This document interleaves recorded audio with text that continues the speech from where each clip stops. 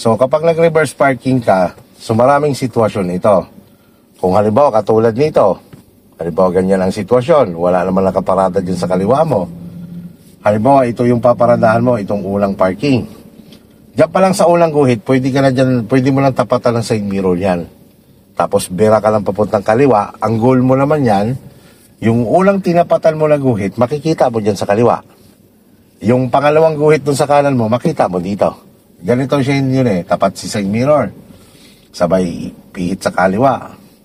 So sa actual, take note ha, na kailangan natigil ka muna, titingnan mo muna yung surrounding mo bago ka bumira ng kaliwa ha. Lalo na pag may mga kasabay ka. So bibira ka ng kaliwa, dahan-dahan lang talaga.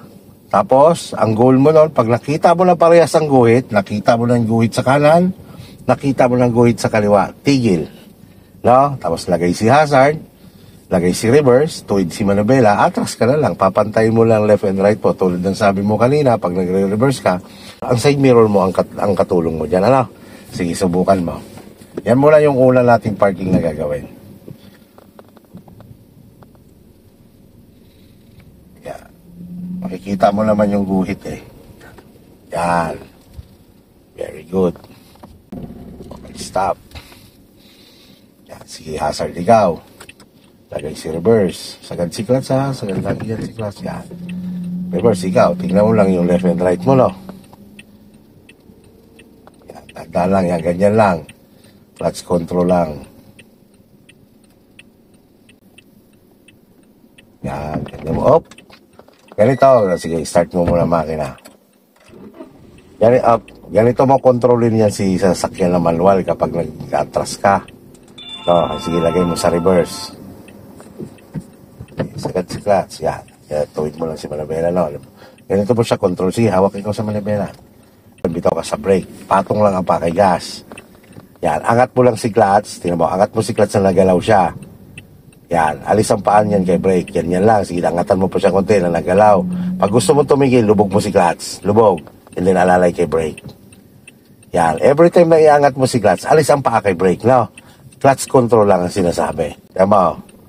Alis ulit, yan, clutch control na ikaw. Lubog, kalalay si brake. Yan, ganyan mo lang siya control. Kumbaga, pag inaangat mo si clutch, parang piniplay mo rin yung accelerator mo. Stop. Yan, para tingnan mo, tagilid to kanan mo. Di ba? Nakatagilid siya. Tingnan mo, tagilid din ang tingin mo sa diretso, di ba? O, ikutan mo lang isang ikot ang manubela mo pa kaliwa. Isang ikot lang. Sige, isang ikot. Isang ikot, isang bagsak niyan. O, atas ka lang ng konti. Okay, stop ulit. Pamantay na. Tingin mo, pantay na? Pantay na. O, pantay mo, manubela mo. O, huwag ka na kumatras, baka mahulog ka na. Neutral. So, ganito lang naman. Halimbawa, ikaw ay katulad nitong wala kang katabi. Kita mo naman yung likod mo. No? Katulad yan, walang stopper, di ba? Sa SM kasi, makikita mo, may stopper, di ba? Pag bumangga ang gulong, okay na. Mayroon namang isang sitwasyon. Halimbawa, may katabi ka. Ang gagawin mo naman, yung side mirror to side mirror, pagpapantayin mo.